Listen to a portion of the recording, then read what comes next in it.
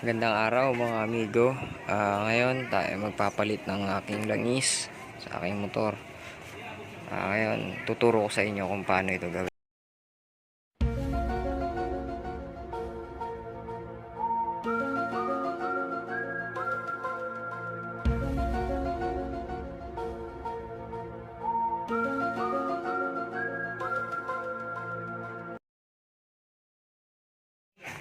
Ito nga aking gagamitin,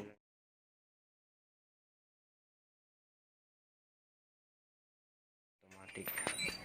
Yan. Ito pala amigo ang ating tatanggalin dyan. Yan ang drain plug.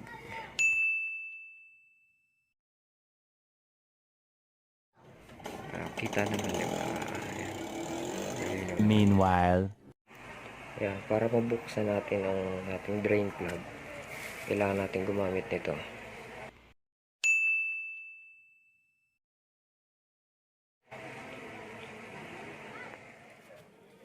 Yan ang mga kamigo.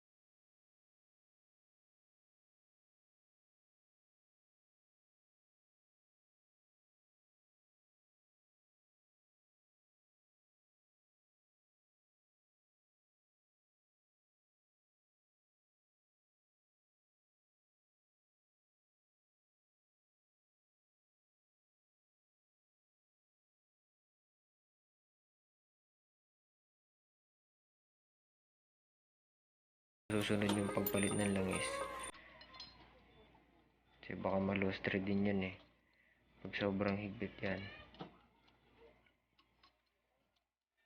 Yan. Yung saktong higpit lang.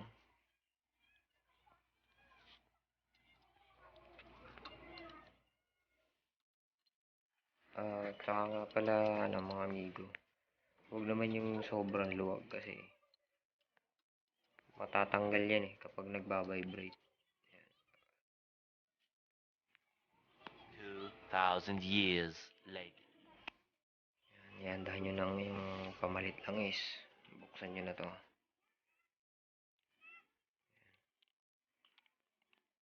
Tsaka nyo, butasan nyo yung langis para maisali nyo na.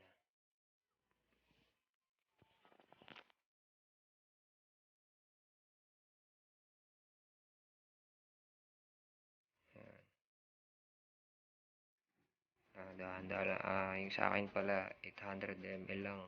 Kasi ayun yung nakalagay na specification ng Yung tumatapon. Yung langis ko sa aking makina. Yan. Pag magpapalit kayo, mga amigo, tignan nyo yung specification ng kung gaano lang karami.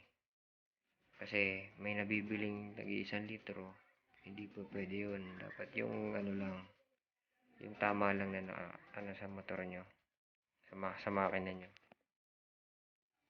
Kasi pag ganan, pag sobra yung nilagay nyo, sa tambucho yan, mag-overflow yung langis nyo, masisira makina nyo. Yan, tsaka nyo nahigpitan. Yan, ganun lang kadali at kasimple yan. Kaysa pa kayo sa iba, kayo na lang gumawa. Yan, tsaka nyo takpan.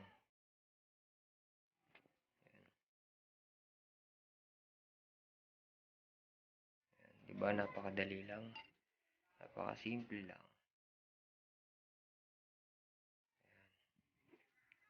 Yan, ayos na yan. Kung nagustuhan nyo ang aking video, please like, share, and subscribe. Peace out tayo dyan, mga amigo.